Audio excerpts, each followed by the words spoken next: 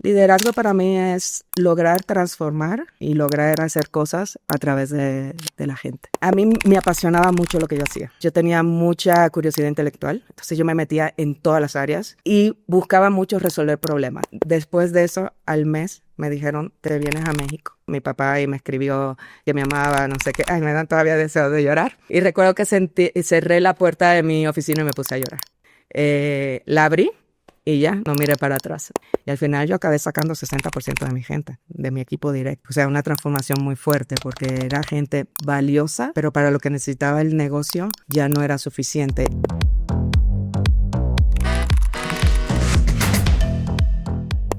Bienvenidos al tercer episodio de la nueva temporada de Amazing People Podcast. Como saben, en estos espacios estamos hablando y conversando con personas increíbles que nos puedan compartir sus experiencias y que otras personas puedan aprender de ellas.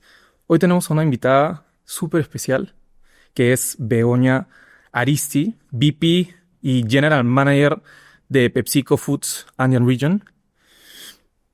Ejecutiva Senior, con más de 27 años trabajando justo en Fast Moving Consumer Goods, hoy liderando operaciones en más de 5 países, experta en transformación de negocios, en crecimiento, impulsando mucho lo que es equidad de género y desarrollo de talento. Una trayectoria fabulosa, pasando por diferentes países y entendiendo muchos temas culturales que creo que la verdad va a ser bien interesante como entrar en más detalle. Y creo que un dato que me encanta es que arrancaste en República Dominicana como coordinadora junior de marcas globales en 1997 y hoy eres VP regional de PepsiCo. Así que, Begoña, muchas gracias por venir aquí. ¿Cómo te sientes hoy? Muy bien, muy feliz de estar aquí. Muchas gracias, Diego, por invitarme. Creo que parte de la trayectoria que tienes y estoy seguro que esto también tiene mucho que ver cómo creciste y cómo saliste de Dominicana. Me encantaría que primero arranquemos que nos compartas un poco más de ti, como cómo fue esos primeros años creciendo en Dominicana y cómo te llevó a de repente pensar un poquito más en grande en trabajar en el lugar en donde estás. Bueno, voy a empezar todo empieza con la familia, ¿no? Porque para que me entiendan de cómo soy y por qué soy así. Llegué a un mundo muy divergente, en el sentido que soy hija de un papá dominicano, una mamá española, dos culturas muy diferentes. Mis hermanas nacieron en España, yo nací en República Dominicana y crecí en República Dominicana, crecimos las tres. Yo soy la chica, soy hija de un psiquiatra y una publicista. Por supuesto se divorciaron cuando yo tenía 1 año y medio, porque la divergencia llega un momento que se puede romper, pero me enseñaron cosas muy diferentes los dos. Mi papá, disciplina, mucha autoconciencia y mucha observación. Desde niña nos leía Krishnamurti, nos ponía a observar en la calle cosas que veíamos y demás, y de entendernos a nosotras mismas, porque decía, la felicidad no puede depender de nada externo ni de nadie, tiene que depender de ti misma. Y mi mamá fue una conexión con las artes, como buena publicista. Mi mamá es parte del Coro Nacional, hace artes plásticas, hacía teatro y demás, entonces me dio mucha conexión con toda la parte de las artes que hoy en día son mi pasión. Me encantan y creo que lo que me enseñaron los dos fue toda la parte de humanidad. Mi papá es un médico realmente por devoción. Los fines de semana lo dedicaba a ir a un pueblito que se llama Baní, muy chiquito de Dominicana, a dar consultas gratis, y me recuerdo a veces que llegaba a la casa un día de semana con una gallina viva porque el paciente le llevó una gallina porque no tenía con qué pagarle, y él le recibía el pago de la gallina. Y mi mamá, una mujer sumamente humanitaria, en su casa siempre había la niña adolescente, hija de su mejor amiga, que no estaba bien y ella la recibía, o el cubano que había salido de su país y no tenía dónde vivir y mi mamá lo recibía. Entonces, cada vez que iba a casa de mi mamá, había alguien diferente con una cultura y con historias diferentes. Pero bueno, esas son mis raíces y por eso tengo como mucha diversidad y mucha divergencia desde muy chiquita que me enseñó también a mucha adaptabilidad. Yo estudié marketing en República Dominicana y mi primer trabajo fue en Frito-Lay Dominicana, que es parte de PepsiCo. Una profesora mía trabajaba en Frito y se le abrió una plaza que fue la que yo empecé.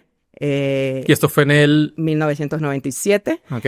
Y empecé ahí chiquitita.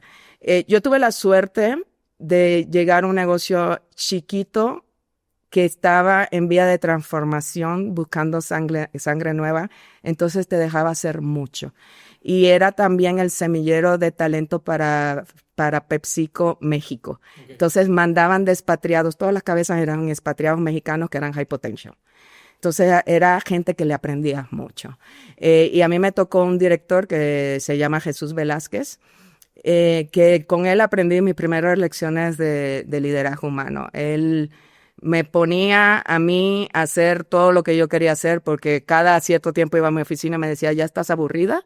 Y yo le decía, sí, un poco. Y me decía, ¿qué quieres hacer? Y me dejaba crear y hacer cosas diferentes y explotar. Entonces, fueron 7 años que duré ahí, 7 años en que aprendí mucho del end-to-end de la compañía, porque éramos un negocio muy pequeño. Y aunque yo era marketing, pues tenía que salir a la calle a hacer mis encuestas, salía a hacer promoción de mis innovaciones en los supermercados, iba a la planta como panel de calidad, hice el modelo de forecasting en Excel porque pues era muy malo el forecast de la compañía, entonces lo hice, etcétera, etcétera. Entonces fue una cultura que me ayudó mucho a aprender a trabajar en equipo, a mucho trabajo de liderazgo humano, pero también, sobre todo, entender el negocio en todos sus eslabones. Okay.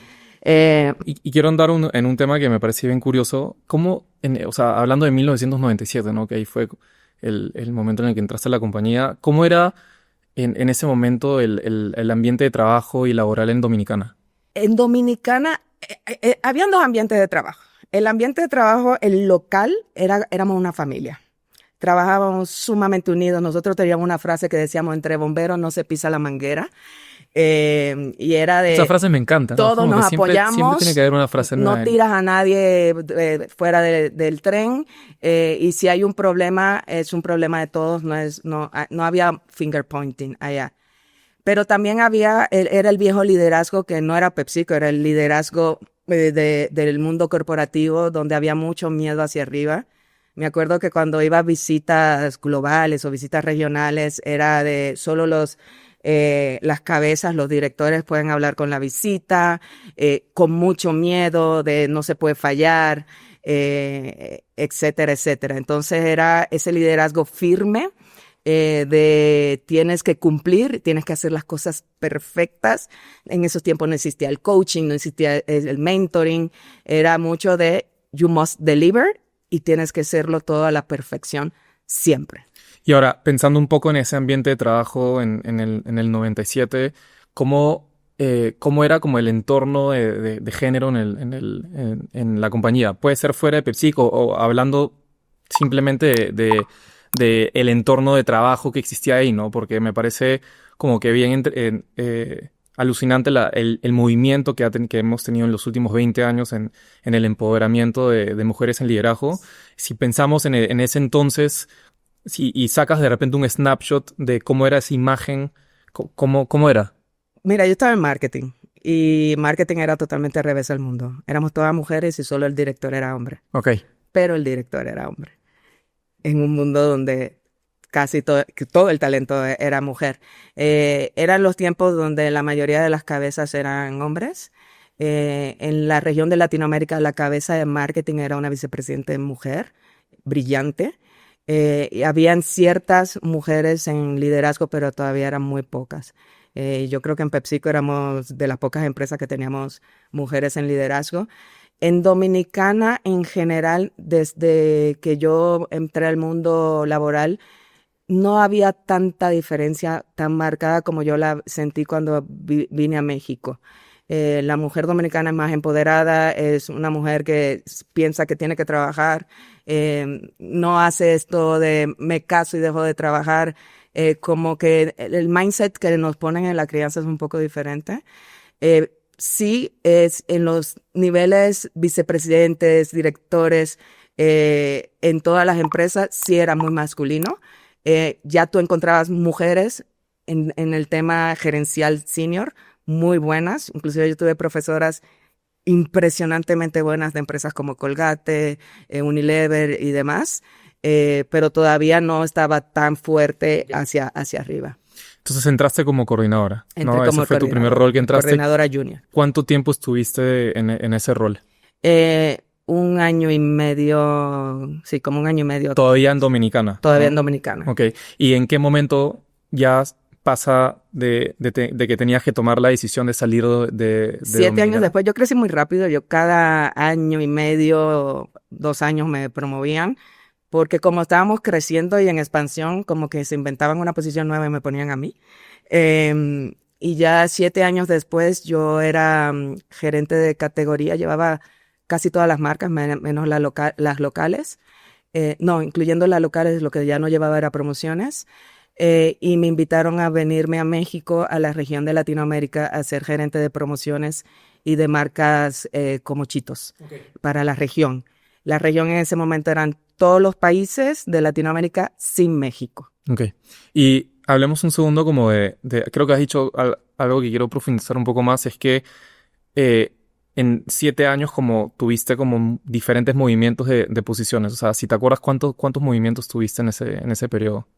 Han sido como 6. Ok, y yo creo que ese es un challenge grande que hoy se vive mucho en las empresas, ¿no? En donde las personas obviamente están buscando siempre crecer, moverse, aprender, etcétera.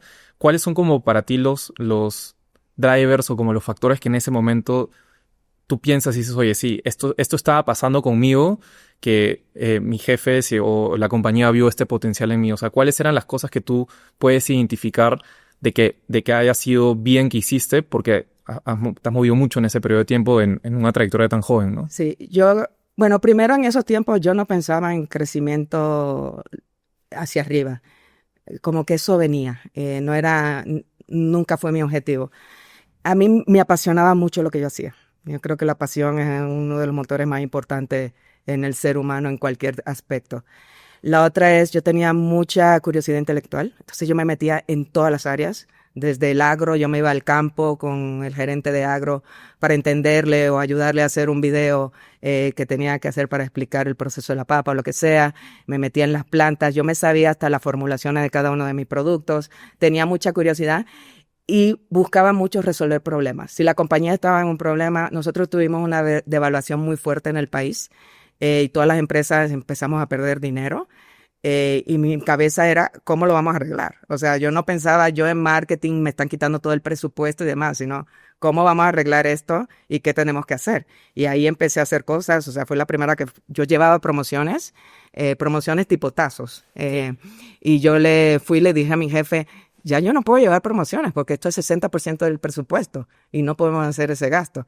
Me voy a dedicar a arreglar el proceso de innovación y a buscar dinero, marketing without money, dinero de otras empresas, que ponerle el sabor del mejor queso de Dominicana a unas papas y que ellos pongan el A&M. Y también me dediqué a hacer lo que hoy después aprendí que se llamaba Revenue Management, porque había que cambiar todos los precios y no sabíamos cómo hacerlo en aquellos tiempos. Y acabé haciendo un modelo con un súper talento que teníamos en planning de Excel, donde le cambiábamos la tasa, el Forex a una celda y cambiaba el P&L de cada producto y ya sabíamos todos los movimientos que teníamos que hacer.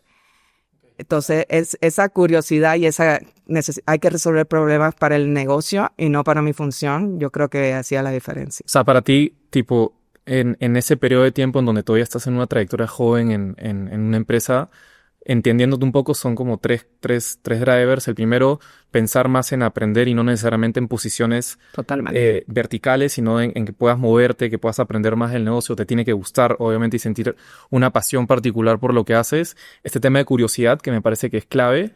Y este tercer tema, que es más asociado a cómo resolver un poco problemas que pueden estar fuera de tu propio contexto y de tu control, ¿no? Totalmente. Y que no dependas tanto de lo que simplemente los equipos o las personas están tratando de hacer internamente. Y son 3 cosas que no se puede perder nunca. Ok, súper. En la carrera. Entonces, 7 años moviéndote para aquí, para allá, etcétera, y viene la oportunidad de ya salir de Dominicana e irte a México en una posición mucho más relevante. ¿Cómo fue ese punto de inflexión para ti? O sea, ¿cómo fue esa decisión personal, Sí, profesional?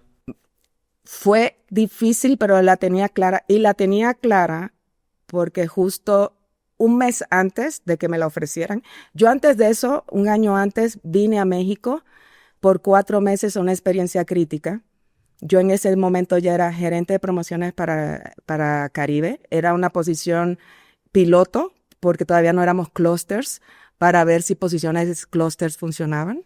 Y llevaba Chitos y las marcas, nosotros decimos Destruidos, para Dominicana. Me vine a crear promociones con el director de promociones a México por 4 meses, sin soltar lo mío, porque no había quien se quedara con eso. Y ya luego me regresé a Dominicana y justo un mes antes que me dieran la posición, nos dieron un curso en Dominicana con un señor que se llama Galo Pozo, que era sobre el logro y el éxito. Y fue una semana completa increíble y no sé qué. Y en esa cosa te hacía poner claro qué querías y qué tenías que hacer para lograrlo en carrera. Y yo lo que tenía claro era que yo quería tener una posición grande, llevar un negocio. Entonces, también ahí me quedó claro que no podía ser dominicana porque era el segundo país más chico de Latinoamérica. Y ahí dije, me tengo que salir de Dominicana. Y justo después de eso, al mes, me dijeron, te vienes a México. Ya lo tenía claro. Dije, claro que me voy a México. Personalmente fue muy duro. Me recuerdo decir que sí. Escribirle a mi papá por Messenger. Me ofrecieron esto, me voy a México. Mi papá y me escribió que me amaba, no sé qué. Ay, me dan todavía deseo de llorar. Y recuerdo que cerré la puerta de mi oficina y me puse a llorar. La abrí y ya, no miré para atrás. ¿Y esto qué año fue? Esto fue en el 2004. Ok. Podemos hablar en esos primeros años cuando ya llegas a México en ese nuevo rol, en esa nueva posición, porque también entiendo que tu movimiento o sea, tiene que ver también con más responsabilidades, manejando otros países, ¿no? Y otras marcas también. Hablemos de esos primeros años entrando a México, ver todo lo que tú conocías de Dominicana, que ya lo manejabas como a la perfección y era tu ambiente y demás, entrar a un nuevo ecosistema, quizás hasta una nueva cultura, un nuevo país. O sea, cuéntame un poco más de cómo fueron esos primeros años.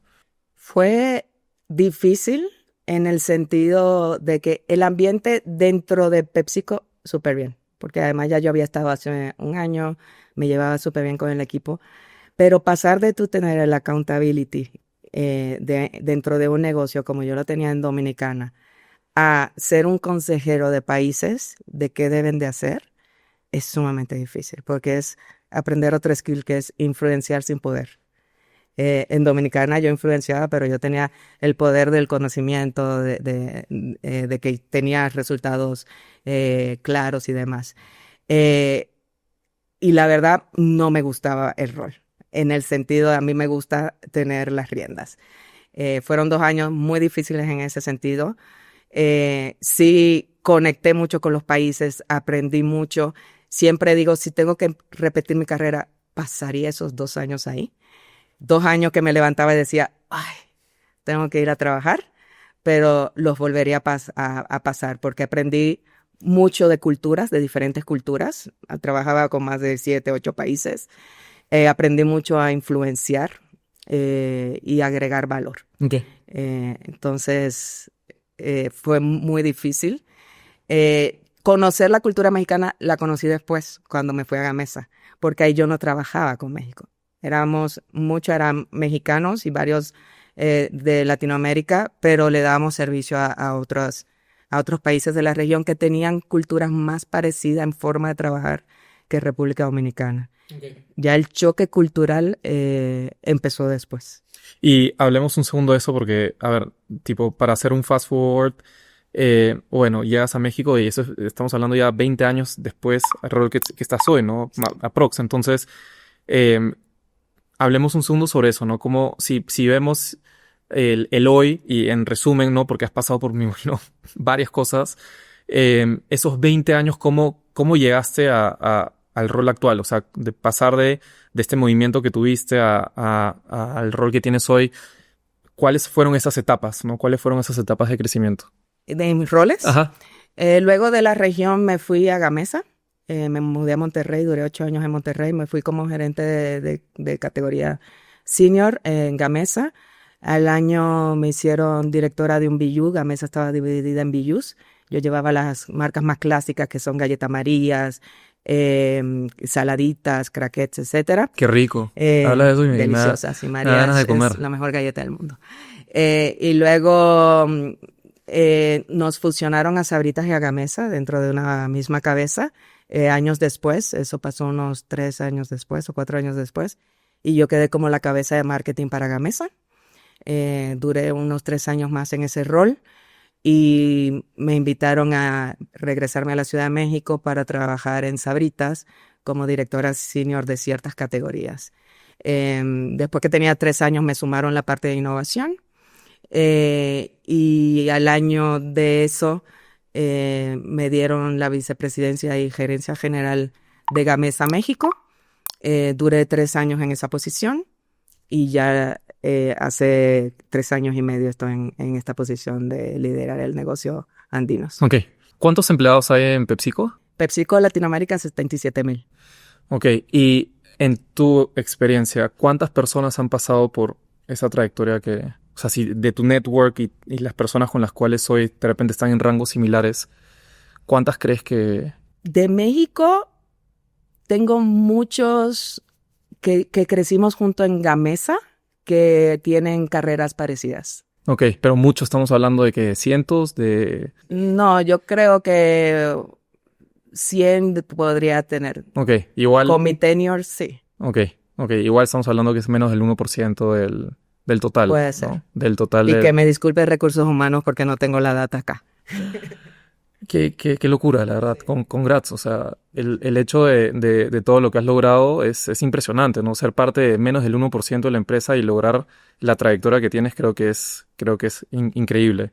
Me encantaría que entremos ahora un poco más a detalle sobre este tema de mirar un poco hacia atrás para que nos digas cuáles crees que han sido como esos factores que han condicionado el éxito para ti, ¿no? O sea, si vienes una persona que obviamente quiere lograr el crecimiento que has tenido en la empresa en la que estás, ¿cuáles son como esas cosas, ¿no? ¿Cuáles son esos factores que tú puedes decir como, mira, tipo, viendo hacia atrás, de repente como, estos son los puntos que hice bien que me llevó a estar en el lugar en donde estoy ahora? Yo creo que la primera es introspección. Yo siempre he tenido muy claro que soy buena, pero que también me tengo que desarrollar y que no sé y en qué tengo que pedir ayuda. Y eso uno lo tiene que tener claro. La segunda es, también tengo muy claro qué quiero. Y a veces tengo más claro qué no quiero.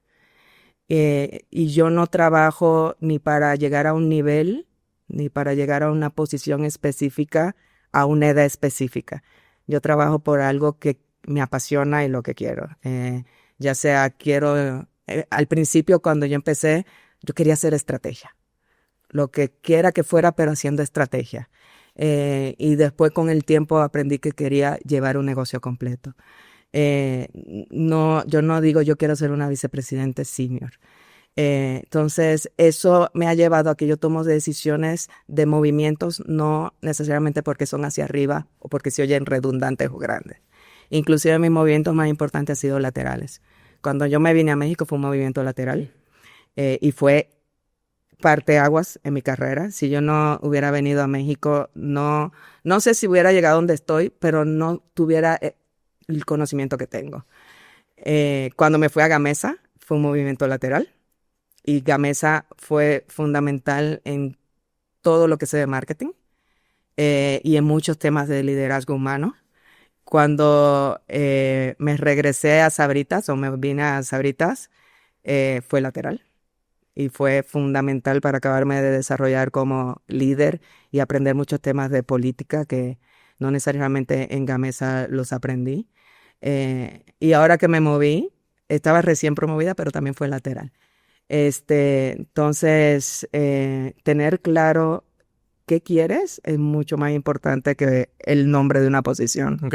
y demás. Antes de entrar a la parte ya más de cultura y liderazgo, porque en verdad creo que tienes mucho que hablar ahí, ¿te imaginaste como estar tanto tiempo en la empresa en la que estás ahora? O sea, ¿fue simplemente algo No, que... yo me acuerdo de la primera semana que yo decía yo en esta empresa no duro. No, nunca pensé que iba a durar tanto. Yo he durado tanto porque aunque he estado en la empresa con el mismo nombre, he estado en empresas totalmente diferentes a través del tiempo. Y me han retado y me han hecho stretches impresionantes a través del tiempo. Entonces no me dejan aburrirme. Y esa es justo mi segunda, era cómo encontraste esta curiosidad dentro de la empresa, ¿no? Y creo que es justo lo que acabas de decir, ¿no? De que has estado como en diferentes contextos, diferentes retos dentro de la empresa. Ok, qué interesante. Hablemos un poco más sobre ya todo este aprendizaje que has tenido en PepsiCo, más en la parte de liderazgo. ¿Qué es liderazgo para ti, no? O sea, ¿cómo defines liderazgo? Liderazgo para mí es lograr transformar y lograr hacer cosas a través de la gente. Ok.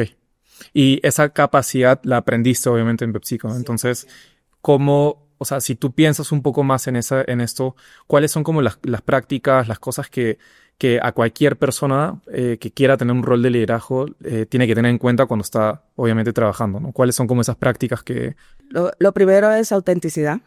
El líder que no es auténtico, la gente te lee y no te confía. Y al final, el viejo liderazgo por la posición que tengo o hasta por el conocimiento, no es suficiente. Hay que ser transparente y vulnerable para que la gente pueda ser transparente y vulnerable contigo, porque al final somos seres humanos. Yo digo, mientras trabajemos con personas, tenemos que ser expertos en vulnerabilidad y en cercanía humana. La otra es cercanía. Sí, Cercanía con tu equipo, con... y con la gente, no solamente con tu equipo. Si tú no conoces al equipo del equipo de tu equipo, no conoces a la organización. Y la real cultura está abajo, no está con tu gente. Esto es una pregunta un poco más para entender este tema de política o politics, ¿no? Que existe. Es algo bien, a mí me interesa mucho, o sea, creo que es un tema muy relevante en empresas tan grandes que hay esa habilidad, ¿no? Es de poder aprender a manejar la política interna. ¿Esto es algo relevante para crecer dentro de una empresa tan grande? Sí, definitivamente. Lo que pasa es que se ha malinterpretado la política. Y hay gente que cree que la política es mala.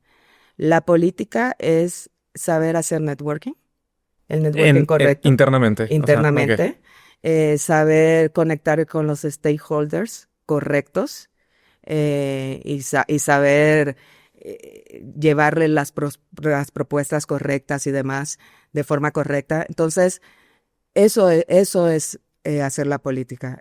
No es ir con el jefe para que me compre porque me fui a comer con él o vamos a jugar golf y demás.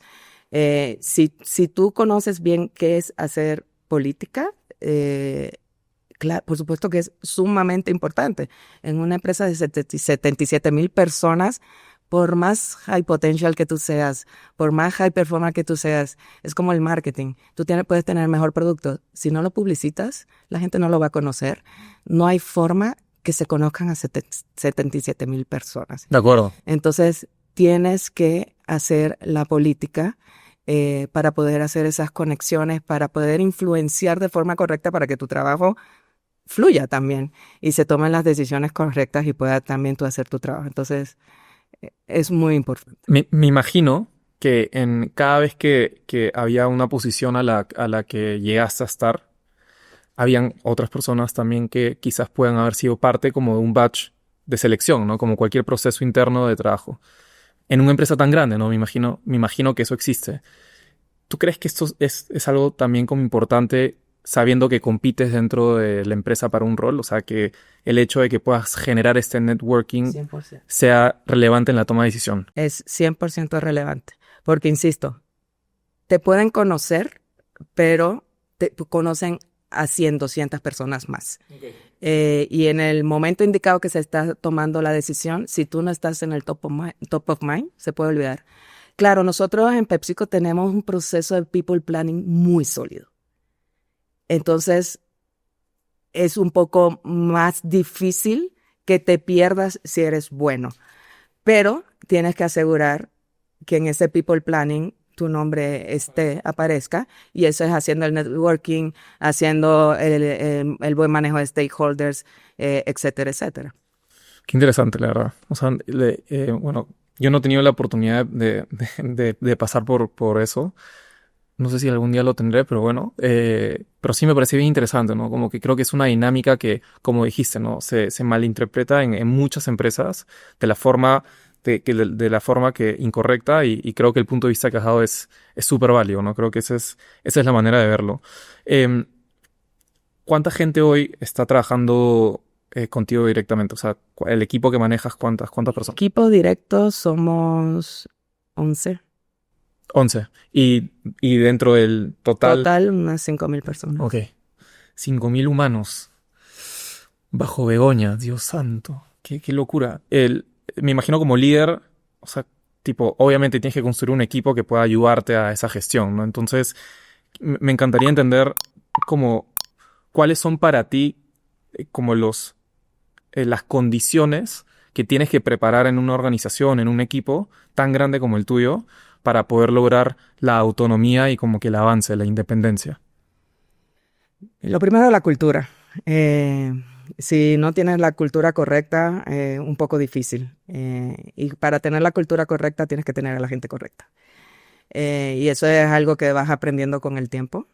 Inclusive aprendes con el tiempo que la gente correcta no necesariamente es la gente que ha estado contigo siempre, y que hay momentos que tienes que tomar decisiones difíciles. Pero también es tener una visión muy clara, que todo el mundo sepa hacia dónde vamos y para qué estamos remando. Tanta gente, si no sabe las prioridades, se te pierde el negocio. Porque entonces empiezan los silos y cada cual trabajar a lo que ellos piensan que es. Entonces, visión clara, sumamente importante. Gente correcta, sumamente importante. Cultura correcta. Y la otra es el modelo de negocio, un modelo de negocio claro que conecte la cadena end-to-end, y tecnología y digitalización que te ayude a eso para tener data. Hoy en día, un negocio que no pueda tomar decisiones con data está muy atrás. Complicado. Muy complicado. Entonces, tener todas las herramientas correctas y la gente correcta para que tenga ese capability es sumamente importante. ¿Qué tan accesible eres como líder? O sea, si es que dentro de la estructura, bastante, o sea, cualquier analista o quien así, sea, un practicante, WhatsApp, o sea, un tipo, WhatsApp o un chat por Teams. Okay. Nunca mail, porque no leo mail, pero Ok. muy, Con razón no nos respondía. muy accesible, No. sí. Ok. Y esa accesibilidad creo que es importante, ¿no? O sea, como lo que dijiste de cercanía, ¿no? El hecho de ser un líder cercano, de que la gente siente de que eres parte de todo, ¿no? De que pueden estar ahí hablando contigo para cualquier tema relevante. Cada persona, no importa la posición, es importante en la compañía. El rol que hace, si una persona tiene un rol ahí, es porque ese rol es necesario. Y creo que donde se pierde o nos perdemos los ejecutivos es pensar que somos diferentes porque estamos en una posición arriba. Somos todos seres humanos con un rol tan importante uno del otro. Y no tener esa cercanía es una ceguera que te pega a ti como líder y no te suma nada de valor, la verdad. Ya para pasar a un poco más a entender tu visión del negocio, que esa parte también me interesa mucho.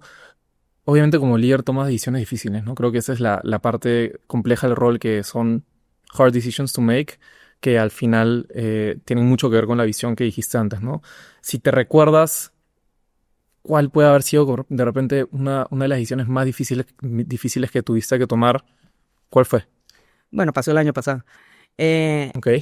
Mi negocio necesitaba una transformación muy fuerte. Nosotros estamos digitalizando el negocio, organizando data, haciéndolo un negocio que tenga los pilares sólidos para que pueda funcionar en el mundo de hoy y en el mundo de mañana. Eso significaba, yo soy una persona muy enfocada en desarrollo de talento. Me apasiona el desarrollo de talento y creo mucho en agarrar talento que dicen que no está funcionando y darle la vuelta. Y en ese sentido yo llegué a un negocio que tenía mucho talento, bueno, pero junior, y le di 1 año y medio para desarrollarlos. Llegó un momento que ya me di cuenta que había gente que tenía que sacar. Y ese equilibrio de transformar y empatía es muy difícil. Porque si te pasas de empática, se te va el negocio. A mí me pasó. El negocio lo empezó a sufrir porque yo estaba apostando de que sí iba a transformar a todos. O si te pasas de rapidez, destruyes la cultura y destruyes a la gente porque sacas mucha gente. Y al final yo acabé sacando 60% de mi gente, de mi equipo directo, 40% del equipo comercial, 100% del equipo de marketing en uno de los países. O sea, una transformación muy fuerte porque era gente valiosa, pero para lo que necesitaba el negocio ya no era suficiente. Y yo siempre he creído que es mejor dejar a la gente irse y que agregue valor en otra compañía, a dañarle su carrera, dejándolo que se empantanen en una posición por años, por no decirle que ya no tiene el perfil para la compañía. Tomar esas decisiones, yo te confieso que llegué a llorar en juntas con recursos humanos por gente que teníamos que sacar. Fueron decisiones duras. Por suerte estoy en una compañía donde recursos humanos es sumamente humano y nos ayuda a cuidar a la gente cuando sale de una forma impresionante y se van muy agradecidos. Pero como quiera duele. Ese ha sido mi momento más difícil como líder. Y ahora, creo que sí, o sea, me imagino que habrá sido una decisión difícil, que tomó tiempo como procesarla, pero que al final son esas decisiones que las tomas y no hay vuelta atrás, ¿no? O sea, es como, no, es una decisión irreversible, tipo, la tomas y tienes que mover hacia adelante. Quiero que entremos ahora con eso en esta visión, ¿no? Entonces, me encantaría entender un poco más cuál es la visión del negocio que tú manejas, ¿no? ¿Cómo ves este negocio hacia adelante y que me imagino tuvo mucho que ver con la decisión que tomaste? Mira, es un negocio que estaba muy atrás en términos de data y de toma de decisiones por data. ¿Por qué? Porque la centralización llegó tanto que el equipo estaba más enfocado en ejecutar lo que le decían que en pensar cómo yo hago y transformo lo mejor para el negocio. Entonces, por eso te digo, era gente muy valiosa que hacían cosas muy buenas, pero no tenían la capacidad de transformar en base a estrategia y captura de información, etcétera, etcétera. O inclusive no había ni siquiera información de consumidor. Entonces, lo primero que estábamos haciendo y ya hicimos es tener información consumidor y customer, porque te tienes que mover con lo que necesitan ellos. Ya que tenemos y estamos trabajando el pilar de tener información, estamos muy fuertes en digitalización. Nosotros estamos digitalizando todo nuestro go-to-market. Empezamos por el traditional trade, que son los changarros, para B2B, con una aplicación B2B. Tenemos 2 años, empezamos en Colombia, fuimos piloto global, nos está yendo muy bien y ahora lo estamos expandiendo en toda la región andinos, pero queremos esto que conecte en toda la cadena de valor, que eso va a tomar tiempo. Pero lo más importante es cuando tú digitalizas, lo puedes hacer de 2 formas. Pensar que la digitalización es traer tecnología, que es un grave error, o pensar que es parte o una herramienta de una transformación para tú lograr hacer más eficiente e impactar mejor. Entonces, eso es lo que queremos hacer. Una transformación que utilizamos como enabler la tecnología para que mi vendedor, en vez de estar perdiendo tiempo tomando un pedido o llevando un pedido, esté pensando en cómo le da un mejor servicio al changarrero y cómo hace una transformación de su negocio y lo ayuda a él como un microempresario a ganar y a tener un mejor ingreso. Entonces, cultura. No hay transformación sin cultura. El que diga yo voy a transformar mi negocio, yo voy a digitalizar y no le ponga 100% de enfoque desde día uno a la cultura, va a estar muerto, no lo va a lograr.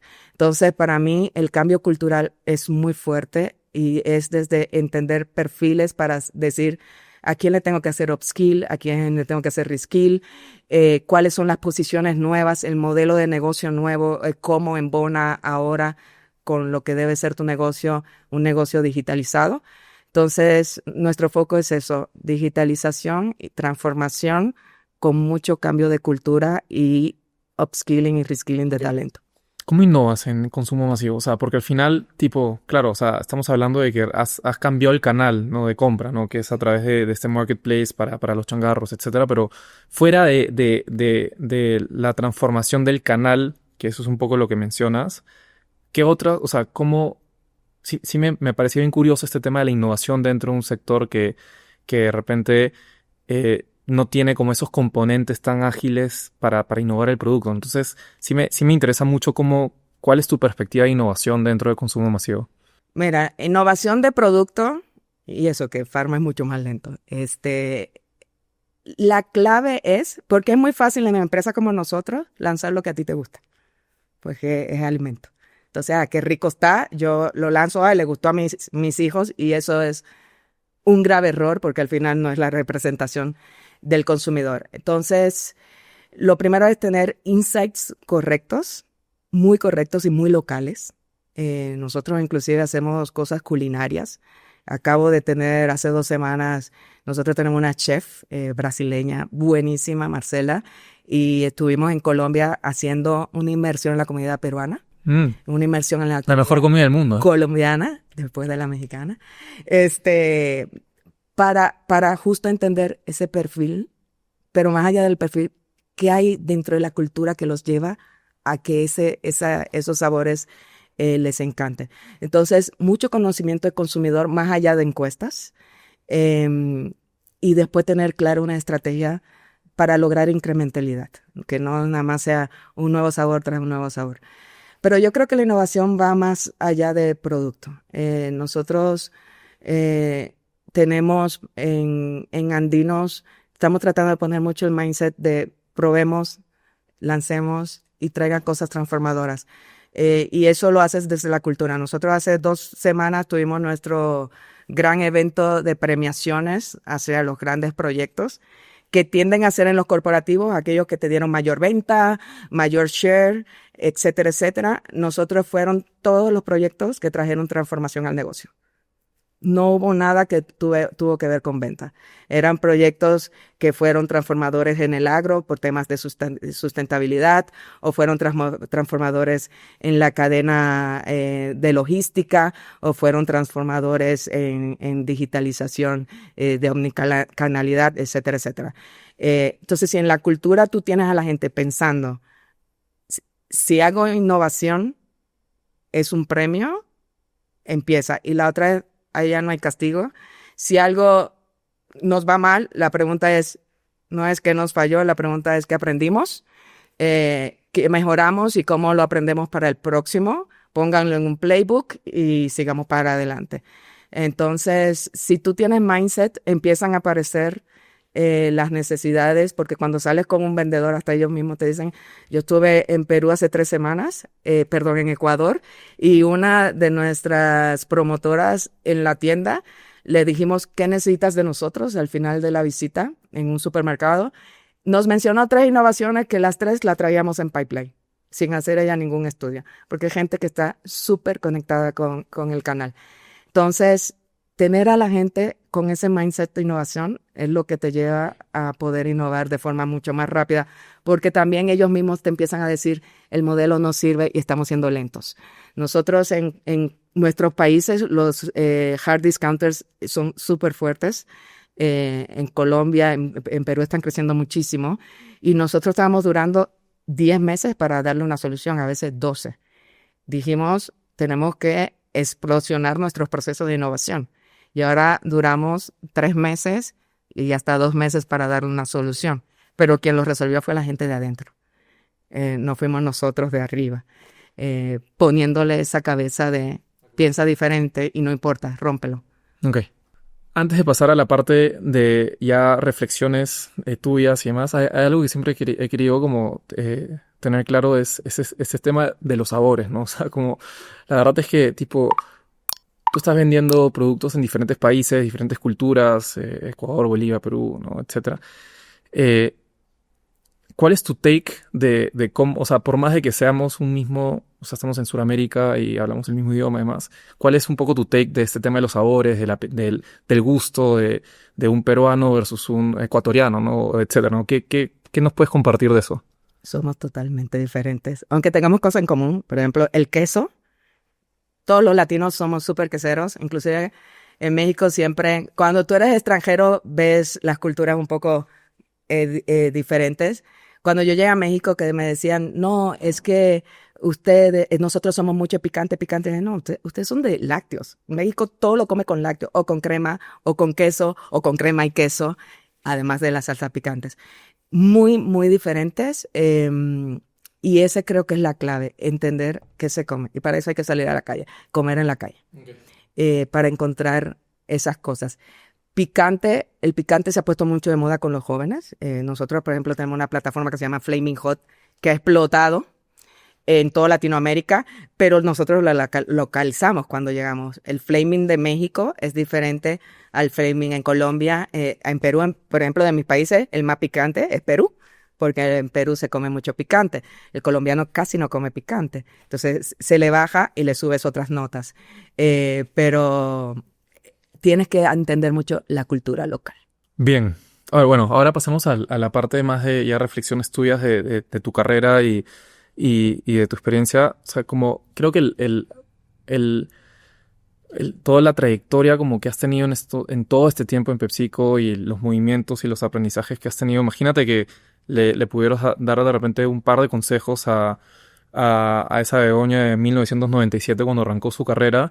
¿Cuáles serían como esos consejos que le darías? El primero es que nunca ponga mi bienestar personal antes del trabajo. A mí me dio cáncer hace ya 12 años. Eh, PepsiCo nos paga a nosotros un check-up acá en México todos los años. Yo nunca lo hacía porque yo tenía mucho trabajo, según yo. Eh, y si yo me hubiera hecho ese check-up, quizás ni me hubiera llegado a dar cáncer o me lo hubieran agarrado en etapa 1. Y no, fue en etapa 2, tuve que pasar 7 meses de quimio y demás. Y a partir de ahí transformé mi vida, mi equilibrio y aprendí que no le dejé de agregar valor a PepsiCo por darme mi tiempo. Entonces, fuera y me dijera, Bego, tú estás primero, porque yo siempre le digo a la gente y a las mamás también se lo digo mucho. Si tú, yo doy una charla, o le daba una charla mucho al equipo de ventas de acá sobre lo que me había pasado. Y hacía una pregunta y le decía al foro siempre, levante la mano quien daría la vida por sus hijos, o por su papá, o por su mamá, o por su hermano, o por alguien que ama. Todo el mundo levantaba la mano. Y siempre le decía, pues no, ninguno de ellos quieren que ustedes den la vida por ellos, quieren que ustedes estén bien. Entonces, para que ellos estén bien, tú tienes que estar bien primero. Y en eso hay que ser egoísta, que no es egoísta, es cuidarte. Entonces, lo primero que me diría es, el negocio va a seguir y tú vas a seguir agregando valor, sí, pero cuidándote tú primero. Y la otra es que mi superpower no es saber más o destacar, que mi superpower es la empatía y la transparencia y estar aterrizada. Eso es lo que me ha hecho la diferencia. ¿Y cómo ves los siguientes años para ti? O sea, tipo, ya has ya un rol muy relevante dentro de PepsiCo. ¿Qué te imaginas? ¿Te imaginas? Como bien te digo, yo no me pongo nombre de roles. Yo que quiero seguir apasionada de lo que hago. Sí me gusta llevar negocios y transformar negocios, entonces quiero seguir siendo gerente general, pero sobre todo tocando corazones. A mí, yo siempre he dicho, lo que tú haces en un negocio lo cambian, lo matan o lo transforman, pero lo que tú dejas en el corazón de alguien queda para toda la vida. Entonces, poder seguir desarrollando talento, ayudando a comunidades, ojalá algún día me puedas acompañar a que vea lo que nosotros hacemos en el campo, en PepsiCo. El empoderamiento que le damos a las mujeres campesinas para que puedan ser emprendedoras de hogar y tengan sus parcelitas, sus micro parcelas de papa, pero con eso hagan su negocio.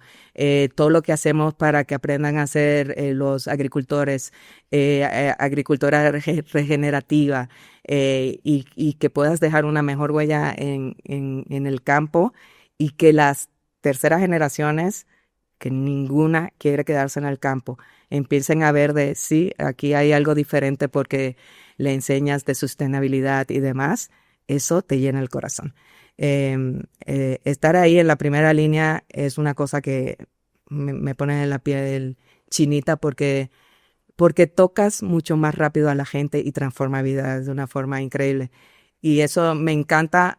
Cuando eres gerente general puedes llegar hasta ahí. Entonces, o en una tiendita que ves cómo prospera el negocito gracias a cómo tú lo has ayudado. Nosotros, por ejemplo, en Andinos, nuestra fuerza de ventas del tradicional, 40% son distribuidores. Y para nosotros son socios que les enseñamos desde cómo llevar su contabilidad, a cómo ejecutar, cómo hacer inversiones correctas y demás. Y le cambias la vida a una familia. Entonces, mientras yo pueda seguir haciendo eso, Okay. en PepsiCo, eso es lo que quiero estar haciendo. El nombre de la posición, no lo sé. Si está más arriba, al lado o al medio, tampoco lo sé. Pero que me llene el corazón haciendo eso. ¿Y te imaginas como entrando eventualmente a otra industria o consumo masivo ya es como para ti, esto es lo que más te apasiona? Depende del reto, sí. Okay. Si es un reto que yo diga, wow, sí. Pero tiene que ser un súper reto porque amo PepsiCo por lo que me da. Y por los valores. PepsiCo tiene unos valores muy fuertes. Y para mí los valores es sumamente importante. Y yo siempre he dicho, lo primero para yo estar en una compañía es que mis valores estén alineados con los de la compañía y viceversa. Entonces, tiene que ser una cosa que me mueva y diga, sí lo quiero.